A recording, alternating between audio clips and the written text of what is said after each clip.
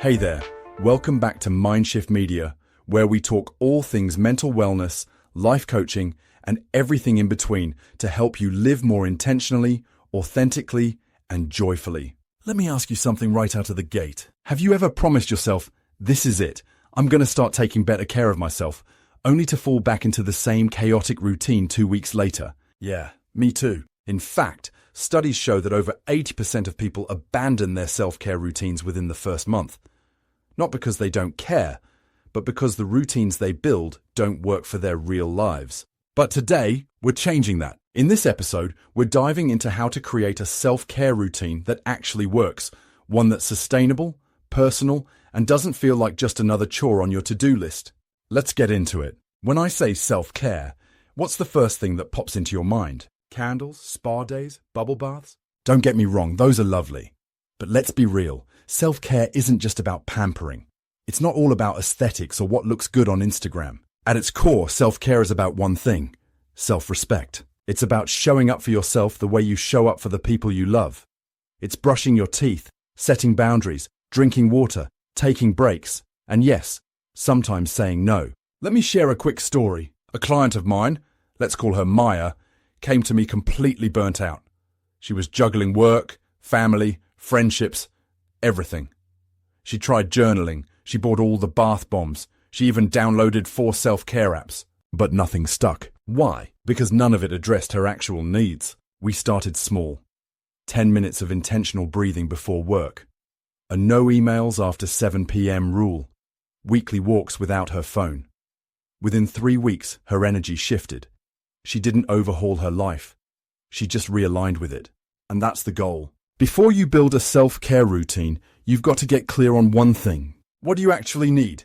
This isn't about what looks good or what's trending on TikTok. It's about your energy, your triggers, your lifestyle. So ask yourself, when do I feel most drained? When do I feel most alive? What's been missing from my life lately? What feels like too much? There are 5 core pillars I always refer to when designing a self-care plan. 1. Physical, sleep, hydration, nutrition, movement. 2. Emotional, journaling, therapy, venting to a friend. 3. Mental, reading, learning, reducing screen time. 4. Spiritual, meditation, prayer, time in nature. 5. Social, boundaries, deep conversations, saying no when needed. Take a moment. Which of those areas are running low for you? Self-care isn't a one-size-fits-all. It's more like building a playlist that reflects your vibe right now. And like any good playlist, it evolves. Okay, so we know what we need. Now, how do we actually do it? Let me walk you through a framework I call the 3 A's of self-care routines. 1. Align. Match your routine to your real life. If you hate mornings, don't schedule 6 a.m. yoga. If you're a parent of 3, you're not getting 2 hours of solo time daily. Be honest. 2. Attach. Pair your new habit with an existing one. Want to meditate? Do it right after brushing your teeth. Want to journal? Leave your notebook by the coffee machine. 3. Adjust. Start small and scale. Don't aim for a perfect week. Aim for progress. Think 5 minutes of stretching, not 45. Think 1 glass of water, not a gallon. Success builds success. Quick tip. Use your calendar, not your memory. Schedule self-care like you would a meeting. Block out your boundaries. One of my favorite client wins? A guy named Jesse who set a 3-minute timer every afternoon to literally do nothing. That 3-minute pause saved him from stress spirals and helped him feel more productive, not less. Because real self-care gives you energy.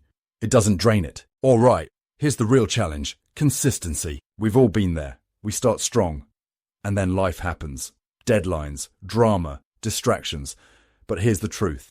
Your self-care routine shouldn't fall apart when life gets messy.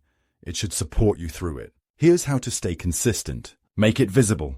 Keep your journal on your nightstand. Put your vitamins next to your keys. Keep it flexible. If you miss a day, pivot, not punish.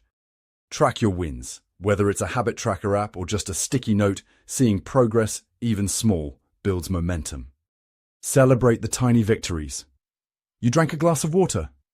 That's self-care. Took 5 deep breaths before that meeting. That's self-care. And don't underestimate the power of accountability. Find a self-care buddy. Or even better, share your goal with someone who'll cheer you on. Remember, it's not about perfection. It's about building a relationship with yourself that's grounded in kindness, not criticism. So here's what I want you to take away today. Self-care is not a luxury, it's a responsibility. Start where you are, use what you have, do what you can. Align your routine with your life, not someone else's. Stay flexible, stay kind, stay consistent. And remember, this isn't about fixing yourself. You're not broken. This is about supporting yourself so you can show up more fully, more freely, and more you. Now, before you go, if this episode gave you even one helpful idea, please take a moment to like, subscribe, and hit that notification bell so you never miss an episode of MindShift Media. And hey, share it with someone you care about. We rise together. Until next time, take care of your mind, and it will take care of you.